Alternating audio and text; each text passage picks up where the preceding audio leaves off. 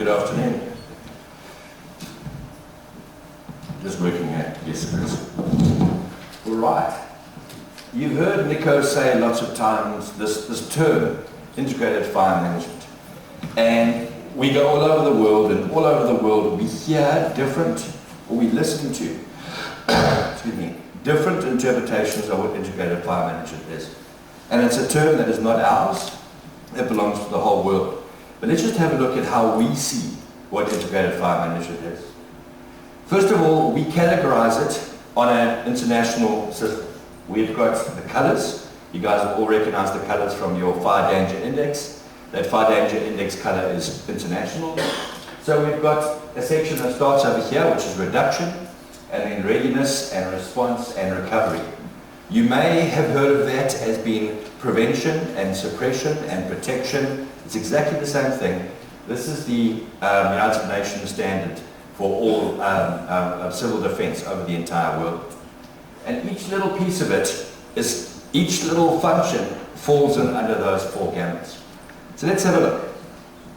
The first thing is legislation.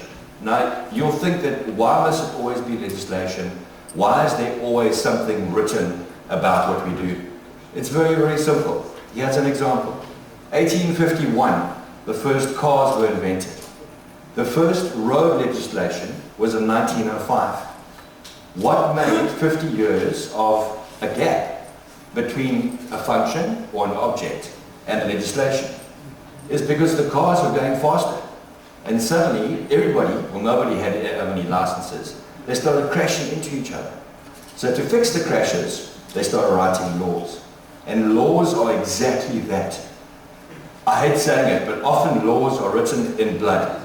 Somebody gets hurt, somebody dies, and then a legislation comes out. It is not the heart of the problem, but it's a start of the solution.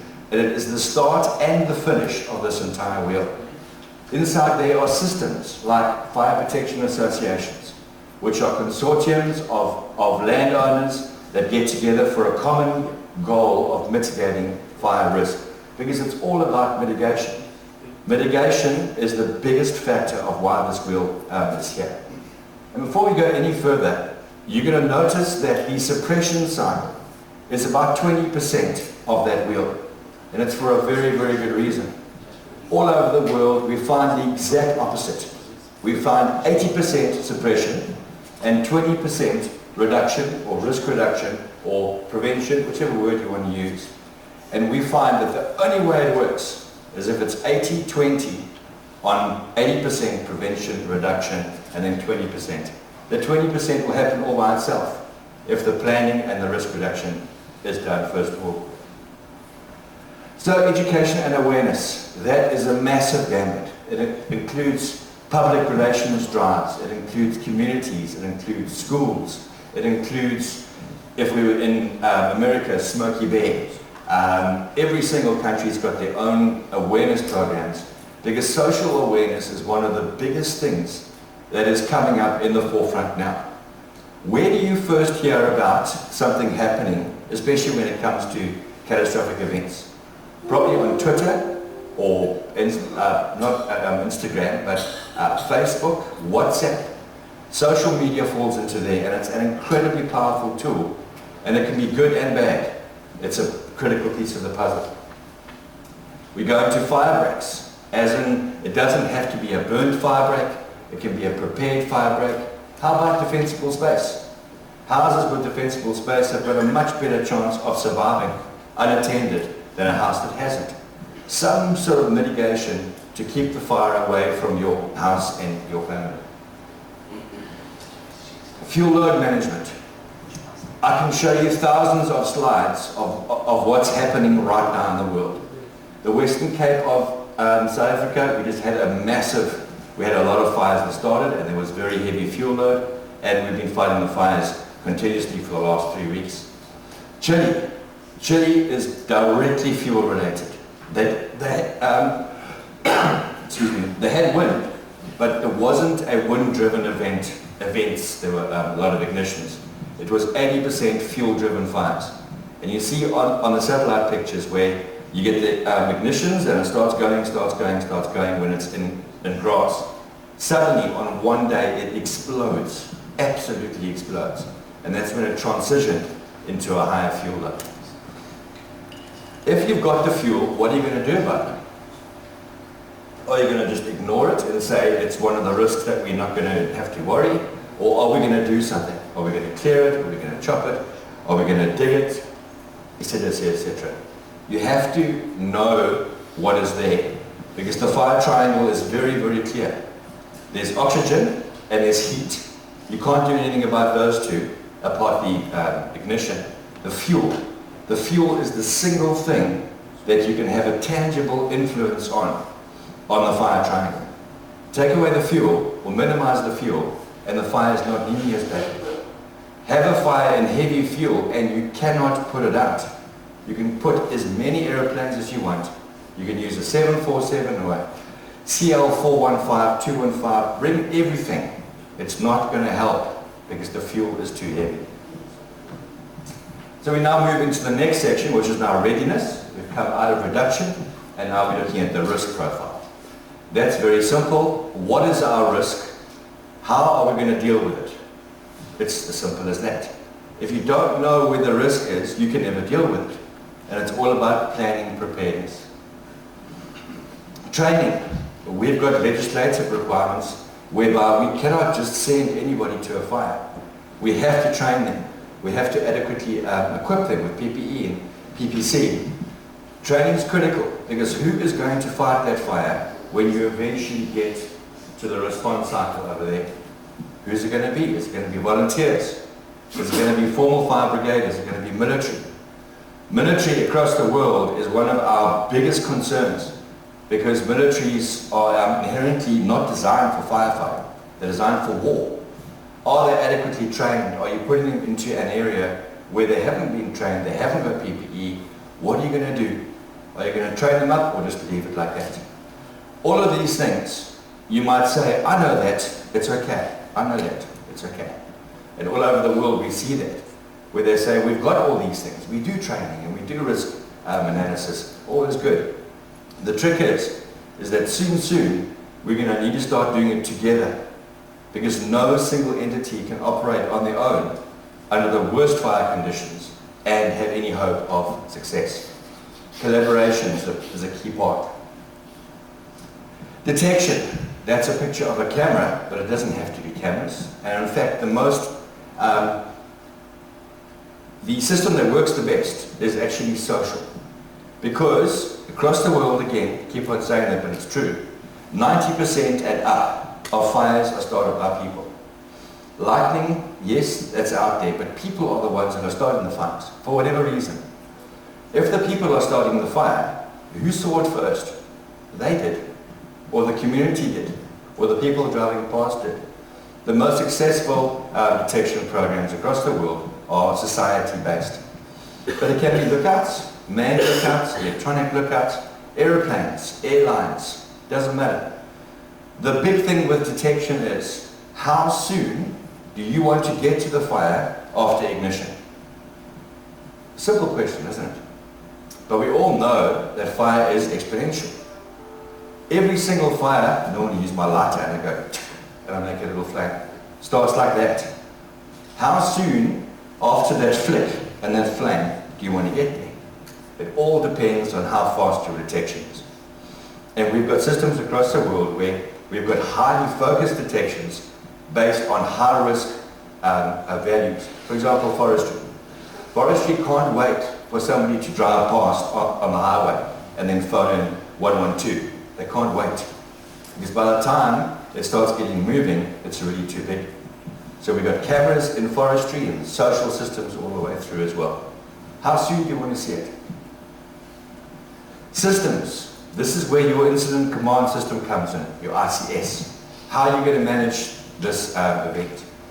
BOPs, best operating procedures, human resources, everything that goes with the different systems that's going to manage your different events. That's in there. Capacity. Capacity is not aircraft. This picture I keep on wanting to just throw away because it It shows the wrong picture. Aircraft on their own cannot put out a fire. Now, I fly them, so I should say aircraft will put out all fires. It's not true. Promise you it's not true. The people on the ground are the ones that are putting it out. So forget about aircraft and look at the people. How many firefighters on what shifts? Have you got a 5-hour shift, 8-hour shift, 12-hour shift? Who's coming on next? Are they adequately rested? Are they fed? Have they got PPE? Have they got PPC? Vehicles, transport, yes, and then aircraft right at the very, very end, especially the crew carrying aircraft as in helicopters. Because if aircraft can't put out fires on their own, they need people. The fastest way to get people to a fire is to carry them with you in the helicopter, drop them off, and then you start working the fire with the water. As direct attack, not indirect attack or parallel, direct. Because that is where the firefighter is most effective.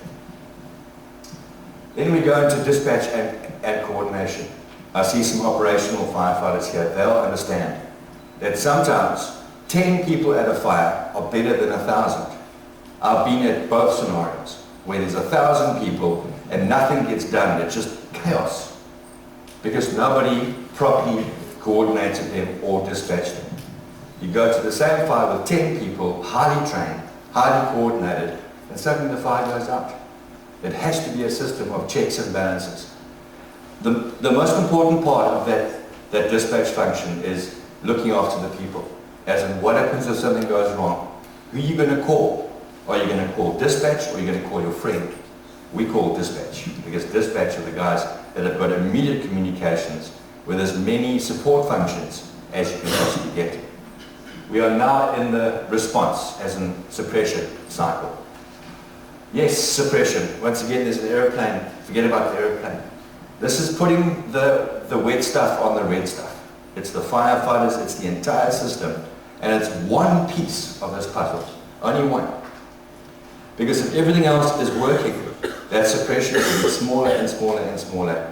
Because remember, over here, we can use fire as a tool to reduce the fuel.